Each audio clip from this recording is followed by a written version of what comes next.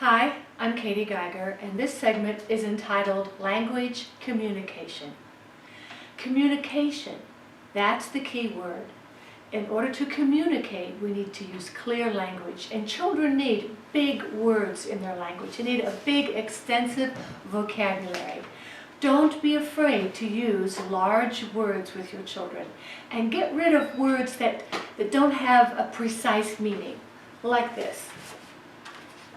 Get rid of this word stuff. Don't say it, don't use it.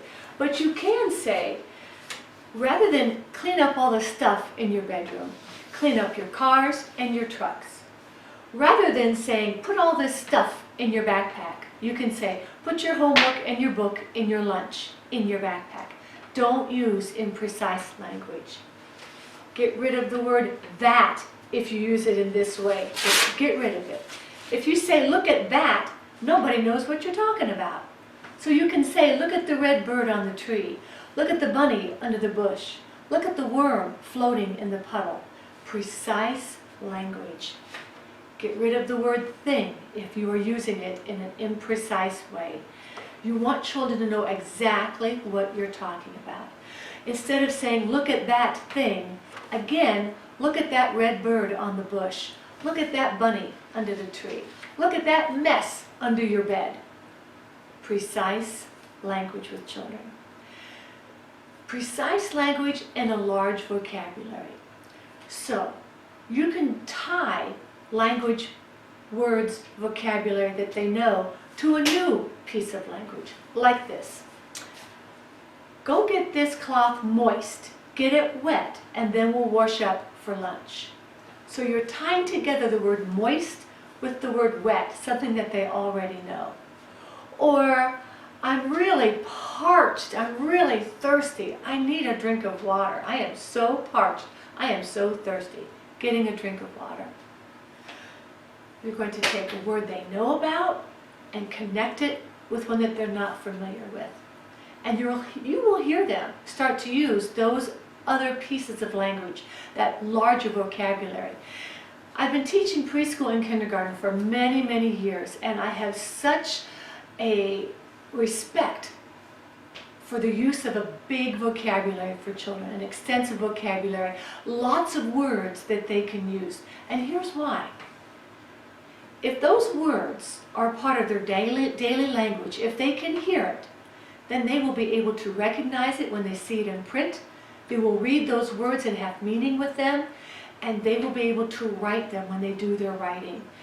If you can speak it, then you can write it. If those words are not part of their language, are not part of their vocabulary, they just won't use them. And their writing and their reading will be stifled and confined because of that. So the first thing is to use a big vocabulary with your children. Lots of times when I'm working with a large group of children, I say to them, sit on the circumference of the circle. Sit on the circumference, sit on the edge of the circle. Or if it's not a circle, if it's a square, I'll say, sit on the parameter, you know, the edge of the circle. I'm always tying it with something that they do know about. So that's the first thing, a big vocabulary. The second thing is to speak in large, full sentences. Because the more complex your language is, the more complex the children's language will be. Like this. If someone says to you, did you stop at the grocery? Then instead of just saying yeah, or instead of just saying yes, you're going to speak in a full sentence as often as you can. Yes, I got the milk, I got the bread, I got the toilet paper. So a full sentence with precise language again. And put in those connecting words like this. Actually, your room is looking pretty good. There's not much to clean up tonight. Nice word like actually. Or perhaps you would like a cookie now, although if you wait till after dinner, you may have 2 cookies for dessert. Perhaps, although. Just use them as part of your daily language with children.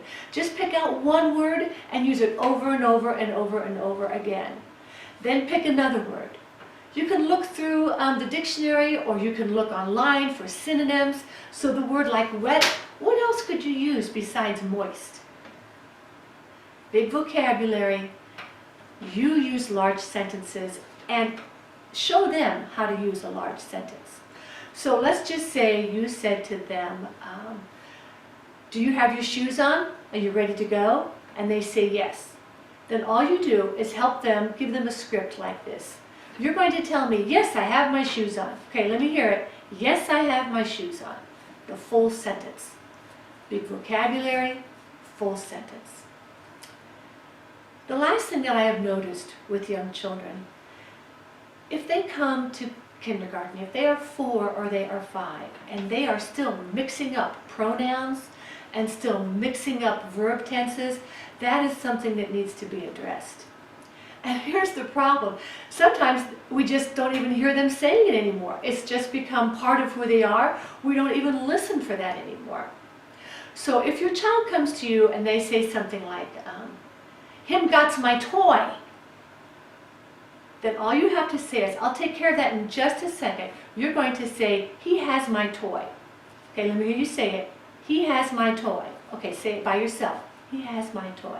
All right, let's go see what we can do about that problem. Every time you hear it, you're not going to make a big deal about it, but you are going to feed them the correct script. Or you can just repeat it back to him. Oh, he has your toy. Over and over and over again. 3-year-olds need that, 4-year-olds need that, and 5-year-olds need to repeat it after you because by that time they really should have it. So if he says, me want it, that's the hardest one, the me and the I and the you when they're really young. You can say, oh, I want that toy, and point to him. I want that toy. When they're really young, they don't have to repeat it. They just need to hear you rephrase it for them in a way that is correct. Like I said, don't make a big deal of it. Just repeat it in the correct grammar, and then when they reach about 4.5 or 5, have them repeat it back to you so that they can do it and get practice in saying it the right way. As I mentioned, address it quickly before it just starts to sound normal for them. Large vocabulary, full sentences, the use of proper verb tense and pronouns, and here's one other thing, profanity. If they hear you curse, if they hear you use inappropriate language, I guarantee you they will use it too. They'll use it at school, they'll use it with their friends, and it will influence the connections that they have later on. Of course, if you have any big concerns about your language with your child, the pronoun use, then talk to your pediatrician and see what they recommend. They might say just wait another 6 months and then we'll see if it needs to be addressed. And by that time, if you are feeding them the scripts and you are having them repeat it, it might not be an issue. But whenever you have a concern, talk to your pediatrician. Have fun speaking with your kids and look forward to the big vocabulary and the big sentences that they are going to use. Did I just say big? I really meant extensive. Bye.